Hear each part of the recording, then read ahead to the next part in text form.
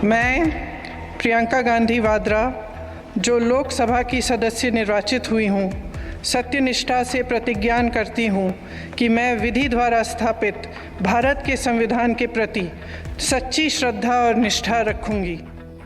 വയനാട് എംപിയായി പ്രിയങ്ക ഗാന്ധി സത്യപ്രതിജ്ഞ ചെയ്തു. ഭരണഘടന കയ്യിൽ പിടിച്ച് സത്യപ്രതിജ്ഞ. വയനാട്ടിലും ഡൽഹിയിലും കോൺഗ്രസ് പ്രവർത്തകരുടെ ആഘോഷം. കേന്ദ്ര സർക്കാരിന്റെ വയനാട് അവഗണനയ്ക്കെതിരായ മാർച്ചിൽ പങ്കെടുത്ത് തുടക്കം.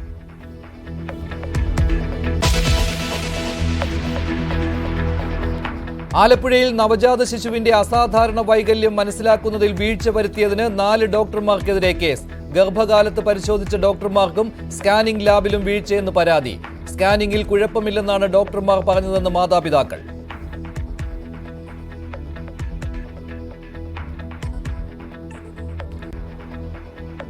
സ്കാനിംഗ് സെന്ററും ആ ഡോക്ടർമാരും കാണിച്ച വീഴ്ചയാണ് ഞങ്ങൾക്ക് ഇങ്ങനൊരു ദുരവസ്ഥ ഉണ്ടായത്. കടപ്പുറം ആശുപത്രി സൂപ്രണ്ടിനെ ഉപരോധിച്ചു.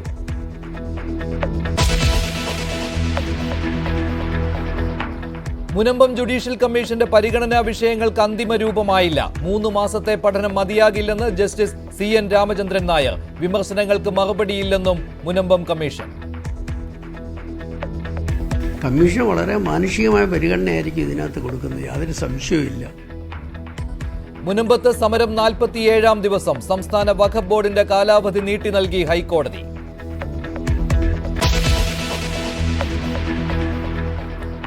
VC-മാരെ നിയമിച്ചതിൽ ഗവർണർക്കെതിരെ സർക്കാരും ഇടത് സംഘടനകളും. സാങ്കേതിക ഡിജിറ്റൽ സർവകലാശാലകളിൽ VC-മാർ ചുമതലയേറ്റു. സുപ്രീം കോടതി വിധി വായിക്കാൻ സർക്കാരിന് ഗവർണറുടെ മറുപടി. സാങ്കേതിക സർവകലാശാല ആസ്ഥാനത്ത് സംഘർഷം.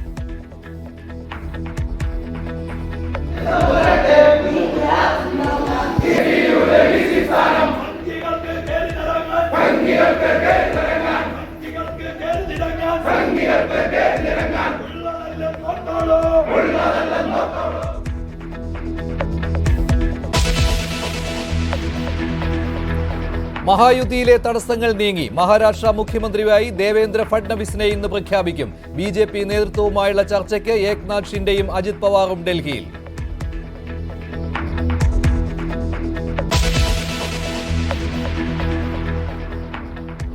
ഓരോ ഫയലിലും ഓരോ ജീവനുണ്ടെന്ന മുഖ്യമന്ത്രിയുടെ ആഹ്വാനം കശുവണ്ടി വ്യവസായിക്ക് തണലായില്ല.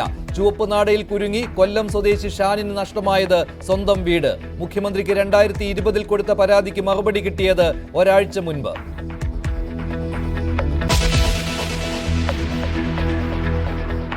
ക്ഷേമ പെൻഷൻ കൈയിട്ടുവാരിയ സർക്കാർ ജീവനക്കാർക്കെതിരെ നടപടി വരും. പലിശ അടക്കം പണം തിരിച്ചുപിടിക്കുമെന്ന് ധനമന്ത്രി. അന്വേഷണം കഴിയും വരെ പേര് വിവരം പുറത്തുവിടില്ല.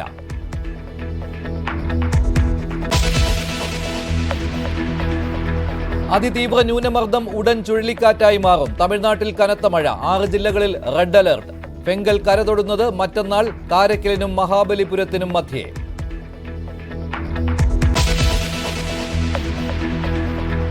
ISL-ൽ വിജയം തുടരാൻ കേരള ബ്ലാസ്റ്റേഴ്സ്. കൊച്ചിയിൽ ഇന്ന് ഗോവ FC-യെ നേരിടും. തുടർച്ചയായ 6 കളികളിൽ ഗോൾ നേടിയ ജീസസ് ജിമനസിൽ പ്രതീക്ഷ.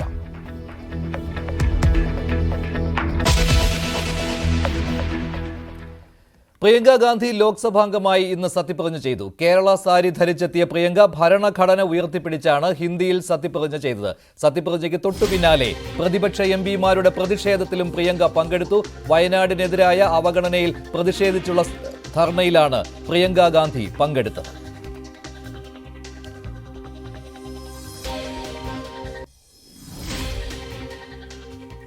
നിലപാട് വ്യക്തമാക്കുന്നതായിരുന്നു പ്രിയങ്ക ഗാന്ധിയുടെ സത്യപ്രതിജ്ഞ. ഒപ്പം പ്രതിസന്ധി ഘട്ടത്തിൽ തന്റെ കുടുംബത്തെ ചേർത്തു പിടിച്ച കേരളത്തോടുള്ള സ്നേഹാദരമായി കസവ് സാരിയും. मैं प्रियंका गांधी वाड्रा, जो लोकसभा की सदस्य निर्वाचित हुई हूँ, सत्यनिष्ठा से प्रतिज्ञा करती हूँ कि मैं विधि द्वारा स्थापित भारत के संविधान के प्रति सच्ची श्रद्धा और निष्ठा रखूंगी. രാഹുൽ ഗാന്ധിയെ പോലെ ഭരണഘടന ഉയർത്തിപ്പിടിച്ചായിരുന്നു സത്യപ്രതിജ്ഞ. BJP-ക്കെതിരെ ഭരണഘടന മുൻനിർത്തിയുള്ള പോരാട്ടത്തിലേക്കാണ് താനുമെന്ന രാഷ്ട്രീയ സന്ദേശം. ദൈവനാമത്തിലായിരുന്നില്ല. നെഹ്റു കുടുംബ പാരമ്പര്യത്തിൽ ദൃഢപ്രതിജ്ഞയായിരുന്നു.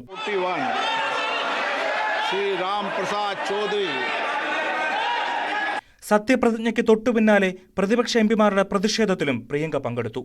എന്നാൽ നടുത്തളത്തിലിറങ്ങിയില്ല. വയനാടിനായി കേന്ദ്ര സഹായം ആവശ്യപ്പെട്ടുള്ള പ്രസംഗത്തിനായി ഇന്നു തന്നെ നോട്ടീസ് നൽകിയിട്ടുണ്ട്. രാജീവ് ഗാന്ധി കുടുംബത്തിൽ നിന്നുള്ള മൂന്നാമത്തെ എംപിയുടെ സത്യപ്രതിജ്ഞയ്ക്ക് സാക്ഷികളാവാൻ കുടുംബം ഒന്നാകെ എത്തിയിരുന്നു. ഒപ്പം വയനാട്ടിൽ നിന്നുള്ള നേതാക്കളും.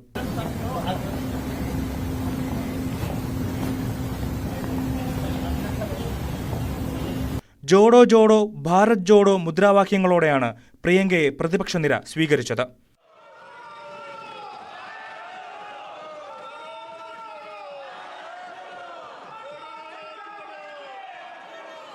National desk news 18. വയനാടിനോടുള്ള കേന്ദ്ര അവഗണനയ്ക്കെതിരെയായിരിക്കും പ്രിയങ്ക ഗാന്ധിയുടെ പാർലമെന്റിലെ ആദ്യ പ്രസംഗം. ഒരേ സമയം കോൺഗ്രസിനും പ്രതിപക്ഷ നിരയ്ക്കും ആവേശം പകരുന്നതാണ് ലോക്സഭാംഗമായുള്ള പ്രിയങ്ക ഗാന്ധിയുടെ വരവ്. ഇനി പാർലമെന്റിൽ പ്രതിപക്ഷ നിരയുടെ കുന്തമുനയായും പ്രതിരോധ കവചമായും പ്രിയങ്ക എന്ന ചടുലതാളത്തിൽ പ്രതികരിക്കുന്ന നേതാവുണ്ടാകും. കോൺഗ്രസ് കുടുംബ പാർട്ടി എന്ന ഭരണപക്ഷ ആരോപണവും ഇനി കടുക്കും. രാഷ്ട്രീയ ശൈലിയിലും പ്രതികരണത്തിലും വ്യത്യസ്തരാണ് രാഹുലും പ്രിയങ്കയും. പഠിച്ച് പക്വതയോടെ രാഷ്ട്രീയ മറുപടി എന്നതാണ് പ്രതിപക്ഷ നേതാവ് രാഹുൽ ഗാന്ധിയുടെ ശൈലി. പ്രിയങ്ക ഗാന്ധി അങ്ങനെയല്ല. ഉരുളയ്ക്കുപ്പേരി പോലെ ചടുലമായ മറുപടി വരും. വാക്കുകളിൽ മിതത്വം, ആശയവിമർശനങ്ങളിൽ മൂർച്ച എന്ന രാഹുൽ ശൈലിയല്ല, ആശയങ്ങൾക്കപ്പുറം വാക്കുകൾക്ക് മൂർച്ച നൽകുന്ന പ്രിയങ്കയുടെ ജനപ്രിയ ശൈലി. എതിരാളികളെ പരിഹസിച്ച് നിലംപരിശാക്കുന്ന പ്രധാനമന്ത്രി നരേന്ദ്രമോദിയുടെ ശൈലിയോട് ഏറ്റുമുട്ടാൻ പറ്റുന്നത്. പാർലമെന്റിലെ ചർച്ചകളിൽ സ്വാഭാവികമായും കയ്യടി കിട്ടുക ഈ ശൈലിക്കാവും. പാർലമെന്റിൽ ഒപ്പം നിൽക്കുന്നവർക്ക് ധൈര്യം നൽകുന്നതും പുറത്ത് അണികളെ ആവേശഭരിതരാക്കുന്നതും ഇത്തരം വാക്പോരുകളാകും.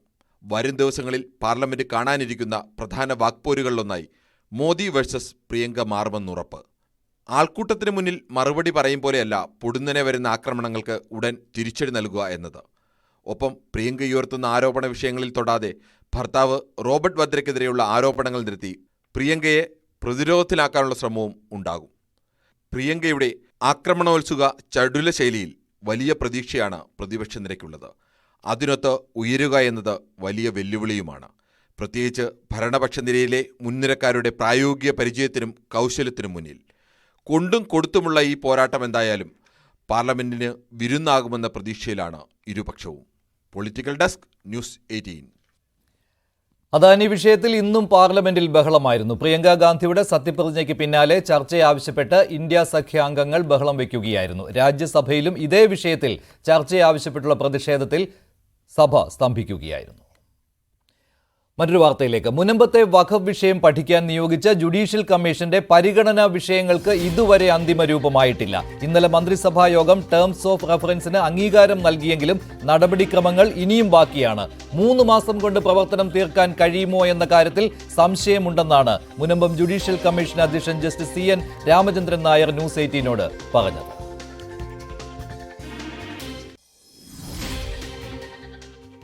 ഗവൺമെൻറ് അത്ര വലിയ തിരക്ക് കാണിക്കുന്നതുകൊണ്ടാണ് 3 മാസം. സാധാരണ ഒരു കമ്മീഷൻ 6 മാസം സമയം തരാറുണ്ട്.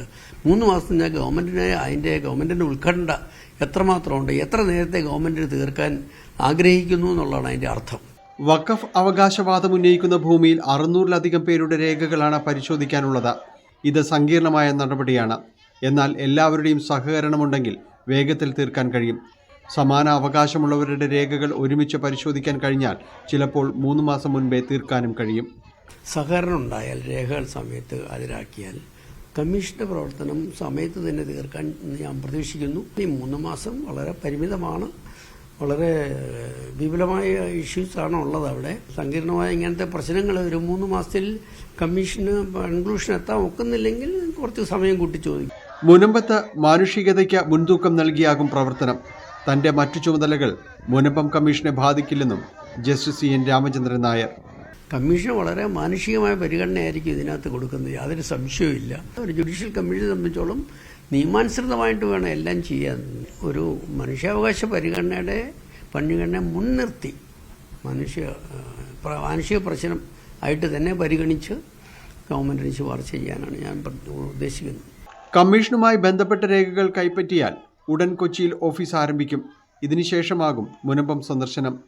അതേസമയം കമ്മീഷൻ അപ്രസക്തമാണെന്നാണ് ദേശീയ കത്തോലിക്ക ഫെഡറേഷന്റെയും കത്തോലിക്ക കോൺഗ്രസിന്റെയും നിലപാട്.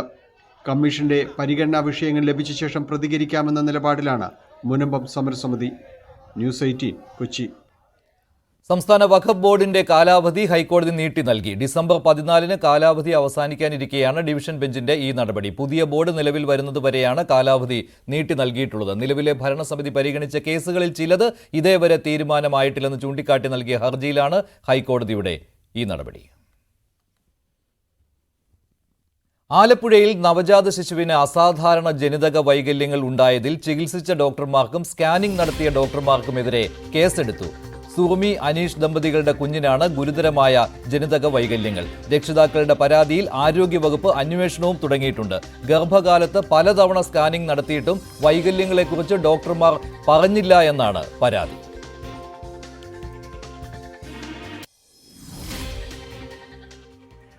സുറുമി ഗർഭാവസ്ഥയിൽ ചികിത്സ തേടിയ ആലപ്പുഴയിലെ സ്ത്രീകളുടെയും കുട്ടികളുടെയും ആശുപത്രിയിലെ ഡോക്ടർമാരായ പുഷ്പ, ഷേർലി, സ്വകാര്യ സ്കാനിംഗ് സെന്ററുകളായ ശങ്കേഴ്സ്, മിഡാസ് ഹെൽത്ത് കെയർ എന്നിവിടങ്ങളിലെ ഡോക്ടർമാർക്കെതിരെയുമാണ് സൗത്ത് പോലീസ് കേസെടുത്തത്.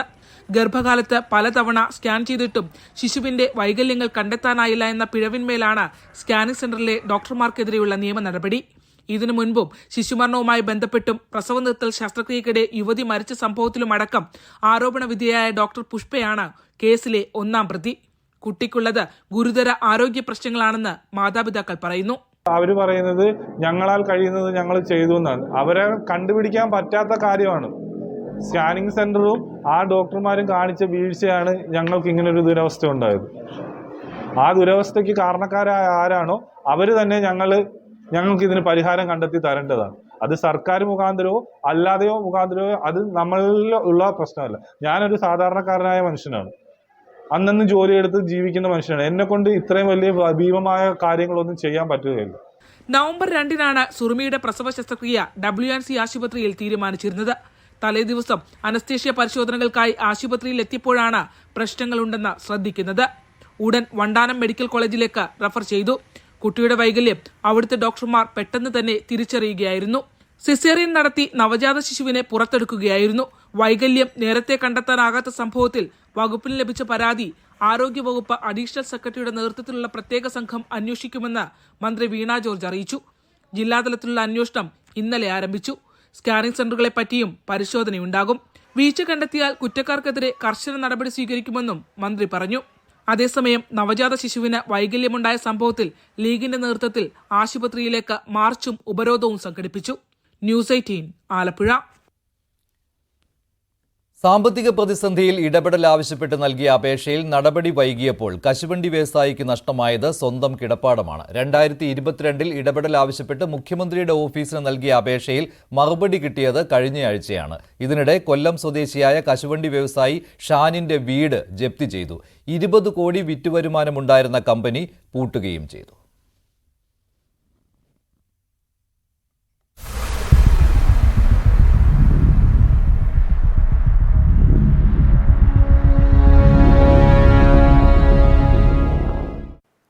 ഓരോ ഫയലിലുമുള്ളത് തുടിക്കുന്ന ജീവിതമാണ് എന്നത്.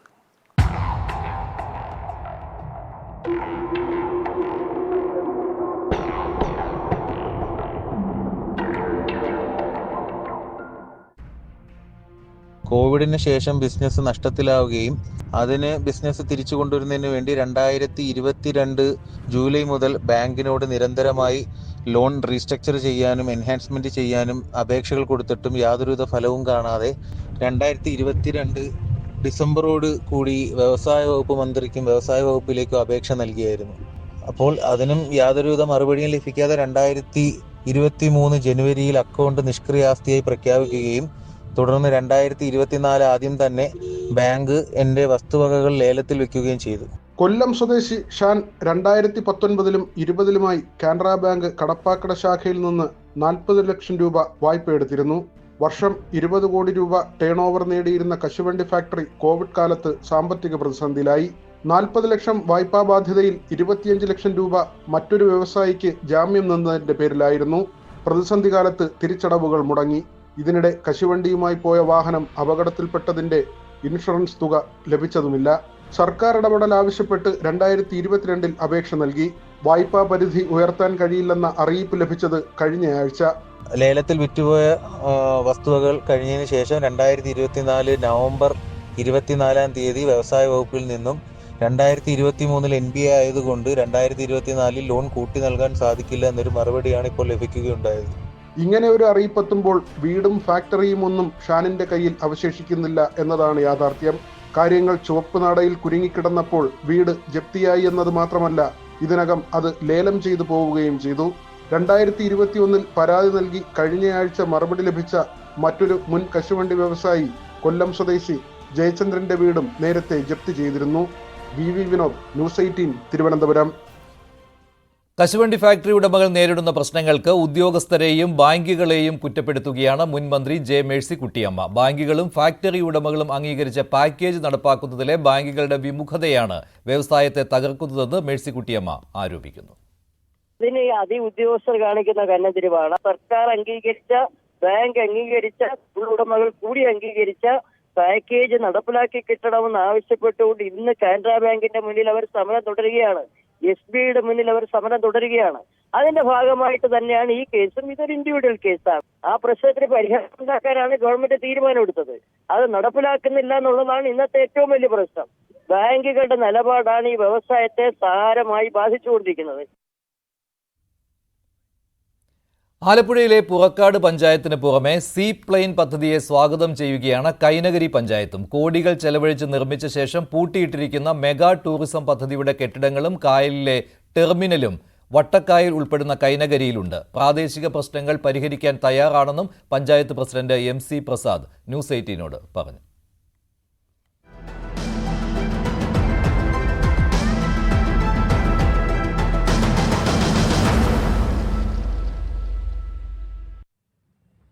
ആലപ്പുഴയിലെ കായൽ വിനോദസഞ്ചാര മേഖലയിൽ അതിമനോഹരമായ ഇടമാണ് വട്ടക്കായൽ. വർഷങ്ങൾക്ക് മുമ്പ് നടപ്പിലാക്കിയ മെഗാ ടൂറിസം സർക്യൂട്ട് പദ്ധതിയിലെ പ്രധാന കേന്ദ്രങ്ങളിലൊന്ന്.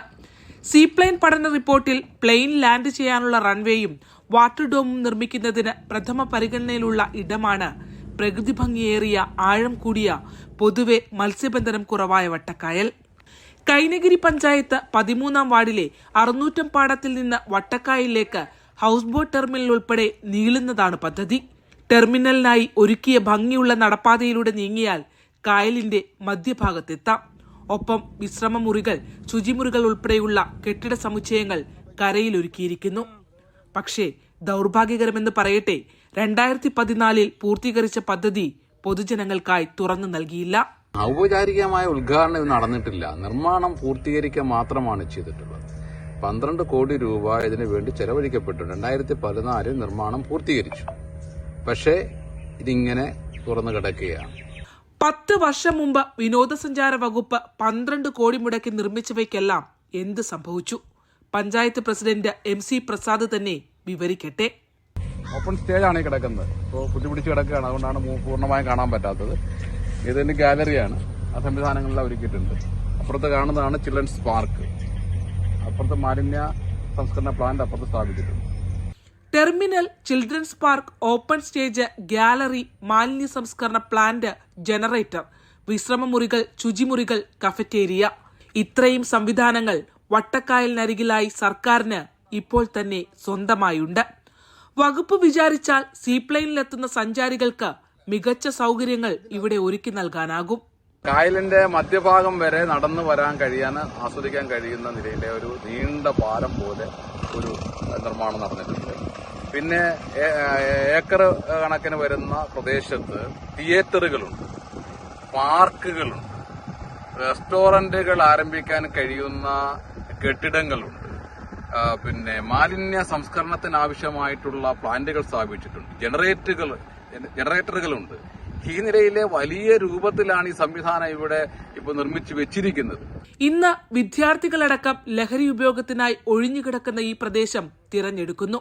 സീപ്ലെയിൻ പദ്ധതിക്കായി വട്ടക്കായൽ തിരഞ്ഞെടുത്താൽ പ്രാദേശിക പ്രശ്നങ്ങൾ എല്ലാം പരിഹരിച്ച് പദ്ധതി നടപ്പിലാക്കാൻ മുന്നിട്ടിറങ്ങുമെന്ന് പഞ്ചായത്ത് ഉറപ്പു നൽകുന്നു. സീപ്ലെയിൻ വരുന്നത് സംബന്ധിച്ച് ശാസ്ത്രീയമായിട്ടുള്ള നിലപാടുകളെല്ലാം വ്യക്തമാക്കപ്പെട്ടിട്ടുണ്ട്. അതുകൊണ്ട് തന്നെ ഇത്തരം ഒരു സംവിധാനം വരുന്നത് ഇതിനെ കുറച്ചുകൂടി ശക്തിപ്പെടുത്താൻ വേണ്ടി കഴിയും. അത് കുറച്ചുകൂടി ശ്രദ്ധിക്കാനും കഴിയുമെന്നുള്ള കാര്യം യാതൊരു സംശയവുമില്ല. പക്ഷേ ഈ പ്രോജക്ട് സംബന്ധിച്ചുള്ള ചില വ്യത്യസ്ത അഭിപ്രായങ്ങൾ വരുന്നുണ്ട്. അത് നമുക്ക് അവരെ മത്സ്യത്തൊഴിലാളികളെ ആണെങ്കിലും ജനങ്ങളെ ആണെങ്കിലും ബോധ്യപ്പെടുത്താൻ വേണ്ടി കഴിഞ്ഞാൽ ഇത് ജനങ്ങളെല്ലാം അംഗീകരിക്കുമെന്നുള്ള കാര്യത്തിൽ യാതൊരു സംശയവുമില്ല. കോടികൾ വിലമതിച്ച സൗകര്യങ്ങൾ നശിക്കരുതെന്ന ലക്ഷ്യത്തോടെ കൈനഗിരി പഞ്ചായത്ത് ടൂറിസം മന്ത്രിക്ക് നിവേദനം നൽകിയിരുന്നു. ഡിസ്ട്രിക്ട് ഡെവലപ്മെന്റ് കമ്മിറ്റിക്ക് നൽകിയ കത്ത് ടൂറിസം ഡയറക്ടറുടെ പരിഗണനയിലാണ്. അതിനോടൊപ്പം സീപ്ലെയിൻ പദ്ധതി കൂടി ലഭ്യമായാൽ പ്രദേശം വിനോദസഞ്ചാര രംഗത്ത് കൂടുതൽ കുതിപ്പിലേക്ക് എത്തുമെന്ന പ്രതീക്ഷയാണ് ഈ നാട്ടുകാർക്ക്. പ്രദേശവാസികൾക്കടക്കം ബുദ്ധിമുട്ടാകുന്ന രൂപത്തിലേക്കാണ് ഇപ്പോൾ ഈ ടൂറിസ്റ്റ് കേന്ദ്രം ബന്ധപ്പെട്ട് നടന്നുകൊണ്ടിരിക്കുന്നത്. ഇതൊക്കെ ഞങ്ങൾ ബന്ധപ്പെട്ട സ്ഥലങ്ങളിലെ ഗവൺമെന്റ് ശ്രദ്ധയിലും ജില്ലാ ഭരണകൂടത്തിന്റെയൊക്കെ ശ്രദ്ധയിൽ പെടുത്തിയിട്ടുണ്ട്. അതുകൊണ്ട് തന്നെ ഒന്നെങ്കിൽ ടൂറിസം ഡിപ്പാർട്ട്മെന്റ് ഇത് ഏറ്റെടുത്ത് ഭംഗിയായി നടത്തണം, അതല്ലെങ്കിൽ ഗ്രാമപഞ്ചായത്തിന് വിട്ടുതരണം. ശരണ്യ സ്നേഹജൻ, ന്യൂസ് 18, ആലപ്പുഴ.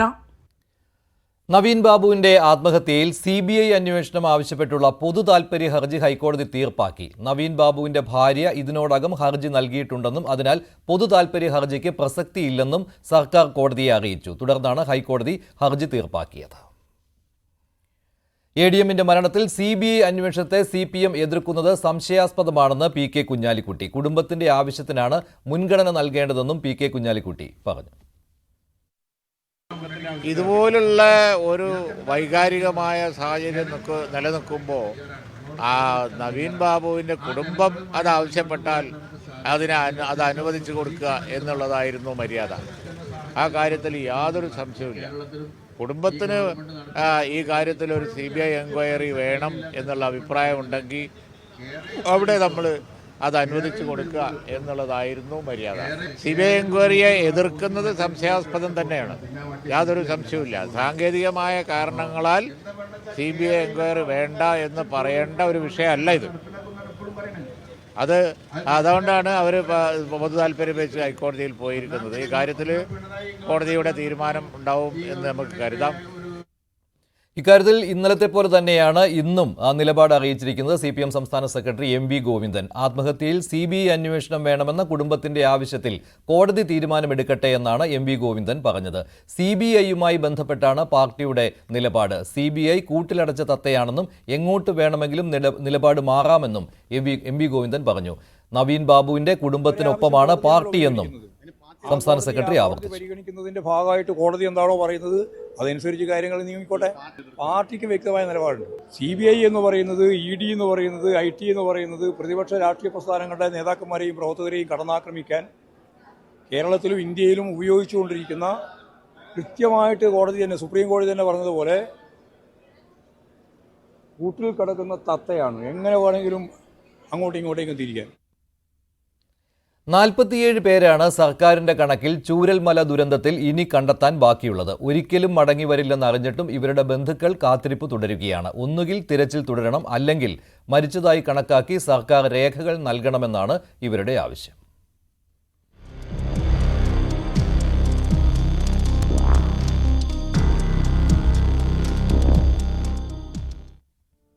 എൻ്റെ മക്കളും അതുപോലെ ഉപ്പാൻ്റെ അനിയൻ്റെ മോനും എല്ലാം ഇപ്പോഴും മണ്ണിനടിയിൽ കിടക്കുന്ന ഒരു അവസ്ഥയിൽ ആ മക്കളെ കാണാൻ വേണ്ടിയിട്ട് എൻ്റെ സ്വന്തം ഭാര്യ, കാരണം ഒരു അമ്മയാണ് അവൾ, ഇപ്പോഴും 126 ദിവസമായിട്ട് മക്കൾ എവിടെയെന്ന് ചോദിച്ചിട്ട് പോലും അവൾ ഇപ്പോഴും കാത്തിരിക്കുകയാണ്.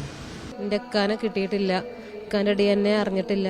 അതുപോലെ ഇക്കാൻ്റെ ഏട്ടൻ്റെ 2 മക്കളത് അങ്ങനെ 42 പേരുണ്ട് ഇനിയും കിട്ടാൻ. DNA ഇന്ന് വരും നാളെ വരും എന്ന് പറയല്ലാതെ അതിനെക്കുറിച്ചും യാതൊരു ഇതുമില്ല.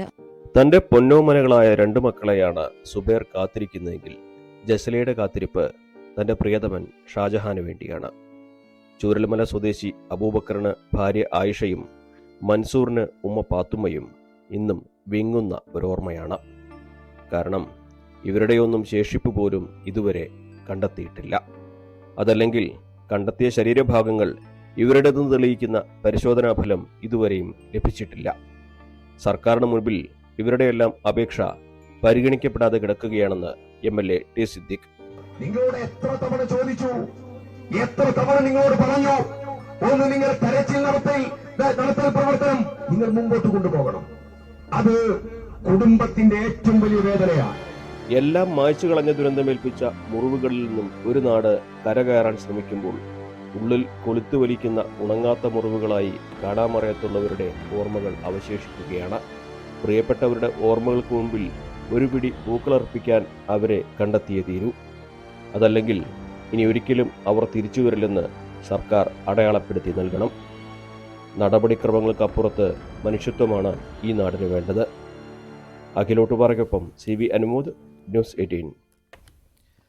സർക്കാരിനെ മറികടന്നുള്ള വൈസ് ചാൻസലർ നിയമനത്തിൽ ഗവർണർക്കെതിരെ പ്രതിഷേധം ശക്തമാവുകയാണ്. SFIയുടെയും ഇടത് ജീവനക്കാരുടെ സംഘടനയുടെയും പ്രതിഷേധം മറികടന്ന് സാങ്കേതിക സർവകലാശാല വൈസ് ചാൻസലറായി ഡോക്ടർ K. ശിവപ്രസാദും ഡിജിറ്റൽ സർവകലാശാലയുടെ വൈസ് ചാൻസലറായി സിസ തോമസും ചുമതലയേറ്റു. നിയമ പോരാട്ടത്തിന് സർക്കാർ പോകട്ടെ എന്നാണ് ഗവർണറുടെ നിലപാട്.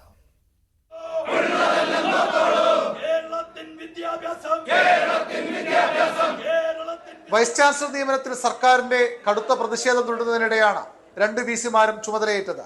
സാങ്കേതിക സർവകലാശാല ആസ്ഥാനത്തായിരുന്നു ഇടത് വിദ്യാർത്ഥി ജീവനക്കാരുടെ സംഘടനകളുടെ പ്രതിഷേധം.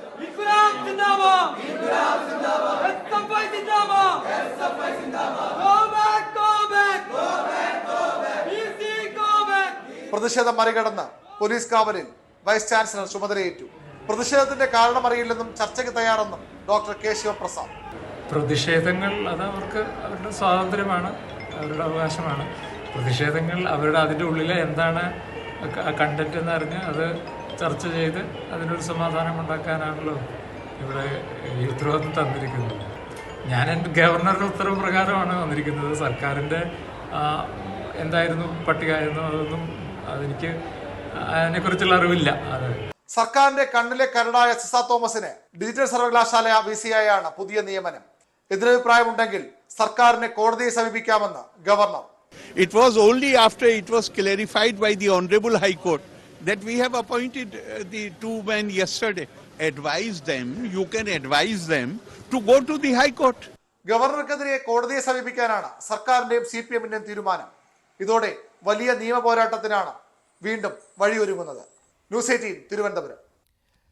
ക്ഷേമ പെൻഷൻ തട്ടിപ്പിൽ കൂടുതൽ പരിശോധനയ്ക്ക് സർക്കാർ തയ്യാറാവുകയാണ്. മാനദണ്ഡങ്ങൾ മറികടന്ന് എങ്ങനെയാണ് സർക്കാർ ജീവനക്കാർ പട്ടികയിൽ കടന്നുകൂടിയത് എന്ന കാര്യമാണ് പരിശോധിക്കുന്നത്. ക്രമക്കേടിൽ തദ്ദേശ സ്ഥാപനങ്ങളുടെ പങ്കും അന്വേഷിക്കും. പെൻഷൻ പട്ടികയിൽ സർക്കാർ ജീവനക്കാർ ഉൾപ്പെട്ടിട്ടുണ്ടെന്ന് 2023 CAG റിപ്പോർട്ടിൽ ഉണ്ടായിരുന്നു. എന്നാൽ സർക്കാർ അന്ന് നടപടിയെടുത്തില്ല. ക്ഷേമ പെൻഷൻ ആനുകൂല്യങ്ങൾ അനർഹമായി കൈപ്പറ്റുന്നവരുടെ പട്ടിക നീളുമെന്നാണ് ധനവകുപ്പ് വ്യക്തമാക്കുന്നത്. ശക്തമായ പരിശോധന തുടരും. തെറ്റായ രേഖകൾ ഹാജരാക്കി പെൻഷൻ കൈപ്പറ്റുന്നവർക്കെതിരെയും നടപടിക്കാണ് നീക്കം. പെൻഷൻ മാനദണ്ഡങ്ങൾ പാലിക്കപ്പെടുന്നുണ്ടെന്ന് ഉറപ്പുവരുത്താൻ ഉദ്യോഗസ്ഥർക്ക് ധനവകുപ്പ് നിർദ്ദേശം നൽകി. സർക്കാർ ജീവനക്കാർ എങ്ങനെ ഈ പട്ടികയിൽ ഉൾപ്പെട്ടു എന്നതിനെ പറ്റിയും സർക്കാർ അന്വേഷണം നടത്തുന്നുണ്ട്. ക്രമക്കേട് നടത്തിയാകണം സർക്കാർ ജീവനക്കാർ പട്ടികയിൽ കടന്നുകൂടിയതെന്നാണ് വിലയിരുത്തൽ. അതിന് തദ്ദേശ സ്ഥാപനങ്ങളിലെ ജീവനക്കാർ അടക്കം ആരുടെയെങ്കിലും സഹായം ലഭിച്ചിട്ടുണ്ടോ എന്നും പരിശോധനയുണ്ടാകും. സർക്കാരിൽ നിന്ന് ശമ്പളമോ മറ്റേതെങ്കിലും തരത്തിലുള്ള ആനുകൂല്യങ്ങളോ ലഭിക്കുന്നില്ല എന്നതടക്കമുള്ള സത്യപ്രസ്താവന നൽകുന്നവർക്ക് മാത്രമാണ് പെൻഷന് അർഹതയുള്ളത്. ഇതെല്ലാം മറികടന്നും എങ്ങനെ ഇത്തരക്കാർ പട്ടികയിൽ കടന്നുകൂടി എന്നതാണ് ദുരൂഹം. അതേസമയം സർക്കാർ ജീവനക്കാരും പെൻഷൻകാരും അടക്കമുള്ളവർ സാമൂഹ്യ സുരക്ഷാ പെൻഷൻ പട്ടികയിൽ ഉൾപ്പെട്ടിട്ടുണ്ടെന്ന് 2023 റിപ്പോർട്ടിൽ CAG കണ്ടെത്തിയിരുന്നു. എന്നിട്ടും എന്തുകൊണ്ട് ഇത്രയും നാൾ ധനവകുപ്പ് നടപടിയെടുത്തില്ലെന്ന ചോദ്യവും ഉയരുന്നുണ്ട്. എന്നാൽ പെൻഷന്റെ പേരിൽ സർക്കാർ ജീവനക്കാരെ അധിക്ഷേപിക്കുന്ന പ്രചരണം നടക്കുന്നുവെന്നാണ് ജീവനക്കാരുടെ സംഘടനകളുടെ പരാതി. ജീവനക്കാരെ അടച്ചാക്ഷേപിക്കാതെ പെൻഷൻ വാങ്ങുന്നവരുടെ പേരുവിവരങ്ങൾ പ്രസിദ്ധപ്പെടുത്തണമെന്നാണ് ആവശ്യം. ന്യൂസ് 18 തിരുവനന്തപുരം. ജാർഖണ്ഡിലെ 14ാം മുഖ്യമന്ത്രിയായി ഹേമന്ത് സോറൻ ഇന്ന് സത്യപ്രതിജ്ഞ ചെയ്യും. ഇന്ത്യ മുന്നണിയിലെ പ്രമുഖ നേതാക്കൾ സത്യപ്രതിജ്ഞ ചടങ്ങിൽ പങ്കെടുക്കും. ഹേമന്ത് സോറൻ മാത്രമാവും ഇന്ന് സത്യപ്രതിജ്ഞ ചെയ്യുക. മന്ത്രിമാരുടെ സത്യപ്രതിജ്ഞ മറ്റൊരു ദിവസമാകും. ജാർഖണ്ഡ് തലസ്ഥാനമായ റാഞ്ചിയിലെ മോർഹബാദി മൈതാനത്ത് വൈകിട്ട് 4 മണിക്കാണ് സത്യപ്രതിജ്ഞ. 49-കാരനായ ഹേമന്ത് സോറൻ ഇത് 4ാം തവണയാണ് ജാർഖണ്ഡ് മുഖ്യമന്ത്രിയാകുന്നത്. BJPക്കെതിരായ പോരാട്ടത്തിൽ ഭരണം നിലനിർത്താനായതുവഴി ഇന്ത്യ മുന്നണിയിൽ ചാമ്പ്യനായി മാറിയ ഹേമന്ത് സോറന്റെ സത്യപ്രതിജ്ഞയ്ക്ക് മുന്നണിയിലെ പ്രമുഖ നേതാക്കളെല്ലാം എത്തും. ലോക്സഭാ പ്രതിപക്ഷ നേതാവ് രാഹുൽ ഗാന്ധി, കോൺഗ്രസ് അധ്യക്ഷൻ മല്ലികാർജുൻ ഖർഗെ, മുഖ്യമന്ത്രിമാരായ മമതാ ബാനർജി, ഭഗവന്ത് മാൻ, സുഖ്വീന്ദർ സിംഗ് സുഖു, കോൺറാഡ് സാഗ്മ, കർണാടക ഉപമുഖ്യമന്ത്രി DK ശിവകുമാർ, ഇന്ത്യ മുന്നണിയിൽ നിന്നും തേജസ്വി യാദവ്, അഖിലേഷ് യാദവ്, ശരത് പവാർ തുടങ്ങിയവരും ചടങ്ങിൽ പങ്കെടുക്കുമെന്ന് പ്രതീക്ഷിക്കുന്നു. ഗോത്രനൃത്തത്തിന്റെ അകമ്പടിയോടെയാണ് ചടങ്ങിൽ പങ്കെടുക്കാനായി ബിർസ മുണ്ട വിമാനത്താവളത്തിലെത്തുന്ന ഇന്ത്യ മുന്നണി നേതാക്കളെ സ്വീകരിക്കുന്നത്.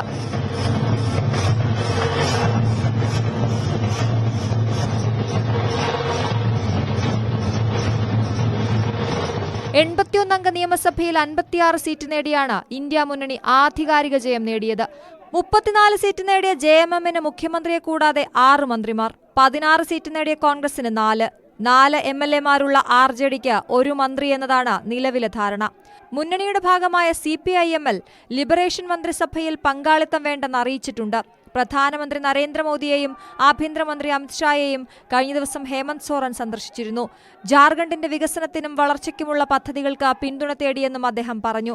1 മാസം മുഖ്യമന്ത്രി സ്ഥാനത്ത് തുടർന്നാൽ 2000-ൽ രൂപീകരിച്ച ജാർഖണ്ഡ് ചരിത്രത്തിൽ ഏറ്റവും കൂടുതൽ കാലം മുഖ്യമന്ത്രിയായിരുന്ന റെക്കോർഡ് ഹേമന്ത് സോറന്റെ പേരിലാകും. JMM സ്ഥാപകനും മുൻ മുഖ്യമന്ത്രിയുമായ ഷിബു സോറന്റെ മകനായ ഹേമന്ത് 2013 ജൂലൈയിൽ ആദ്യ തവണ മുഖ്യമന്ത്രിയാകുമ്പോൾ പ്രായം 37 മാത്രമായിരുന്നു. Political desk, news 18. മഹാരാഷ്ട്ര മുഖ്യമന്ത്രിയായി ദേവേന്ദ്ര ഫഡ്നവിസിന്റെ പേര് ഇന്ന് പ്രഖ്യാപിച്ചേക്കും. മഹായുതിയിലെ 3 പാർട്ടികളിലെയും പ്രധാന നേതാക്കളുമായി കേന്ദ്ര ആഭ്യന്തരമന്ത്രി അമിത്ഷാ ഇന്ന് നടത്തുന്ന ചർച്ചയ്ക്ക് ശേഷം പ്രഖ്യാപനം ഉണ്ടാകും. BJPയിൽ നിന്ന് ദേവേന്ദ്ര ഫഡ്നവിസ്, ശിവസേനയിൽ നിന്ന് ഏക്നാഥ് ഷിൻഡെ, NCPയിൽ നിന്ന് അജിത് പവാർ എന്നിവരാണ് ഡൽഹിയിൽ ചർച്ച നടത്തുക. മുഖ്യമന്ത്രി പദത്തിനുള്ള അവകാശവാദത്തിൽ വിട്ടുവീഴ്ച ചെയ്യുന്ന ശിവസേനയ്ക്കുള്ള പദവികളിലും ഇന്ന് ധാരണയാകും. കോഴിക്കോട് കൊടുവള്ളിയിൽ സ്കൂട്ടറിൽ യാത്ര ചെയ്യുകയായിരുന്ന സ്വർണ്ണ വ്യാപാരിയെ ആക്രമിച്ച് 2 കിലോ സ്വർണം കവർന്നു. കടയടച്ച് വീട്ടിൽ പോവുകയായിരുന്ന മുത്തമ്പലം സ്വദേശി ബൈജുവിനെ ആക്രമിച്ചാണ് കാറിലെത്തിയ 5-അംഗ സംഘം സ്വർണം കവർന്നത്. പെരിന്തൽമണ്ണയിൽ വ്യാപാരികളെ ആക്രമിച്ച് സ്വർണം തട്ടിയെടുത്തത് ഒരാഴ്ച പിന്നിടുമ്പോഴാണ് സമാന ആക്രമണം കൊടുവള്ളിയിലും നടന്നത്. കൊടുവള്ളിയിൽ ജുവലറി നടത്തുന്ന ബൈജുവാണ് ആക്രമിക്കപ്പെട്ടത്. രാത്രി 9:30 കട അടച്ച ശേഷം സ്കൂട്ടറിൽ വീട്ടിലേക്ക് മടങ്ങുകയായിരുന്നു ബൈജു. കാറിൽ പിന്തുടർന്ന 5-അംഗ സംഘം മുതമ്പലത്ത് വെച്ച് സ്കൂട്ടർ ഇടിച്ചു വീഴ്ത്തി. റോഡിൽ വീണ ബൈജുവിനെ കത്തി കാണിച്ച് ഭീഷണിപ്പെടുത്തുകയും ആക്രമിക്കുകയും ചെയ്ത സംഘം ബാഗ് കൈക്കലാക്കി കടന്നുകളഞ്ഞു. ഒരു വെള്ള വണ്ടി വന്ന് തട്ടിച്ചാണ് കയ്യിലുള്ള ബാഗ് എടുത്തു. എത്ര മണിക്ക് സംഭവം? ഒരു 10 മണി.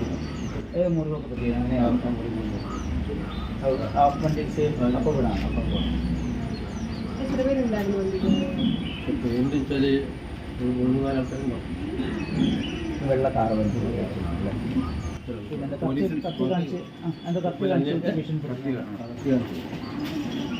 പോലീസിന്റെ അന്വേഷണം നടക്കുന്നുണ്ട്. അത് അതിന്റെ രീതിയിൽ നടക്കുന്നു. അതുകൊണ്ട് അന്വേഷണത്തിൽ പോലീസ് ബാക്കി കാര്യങ്ങൾ പറയും. സംഘമെത്തിയ കാറിന്റെ നമ്പർ പ്ലേറ്റ് വ്യാജമാണെന്ന് പോലീസ് കണ്ടെത്തി. താമരശ്ശേരി DYSPയുടെ നേതൃത്വത്തിലുള്ള പ്രത്യേക സംഘം അന്വേഷണം ഊർജിതമാക്കി. CCTV ക്യാമറകൾ ഉൾപ്പെടെ പോലീസ് പരിശോധിക്കുന്നുണ്ട്. ന്യൂസ് 18 കോഴിക്കോട്. ഇടവേളയ്ക്ക് ശേഷം സകലമാന കേരളം. അശ്വതി പിള്ള ചേരും.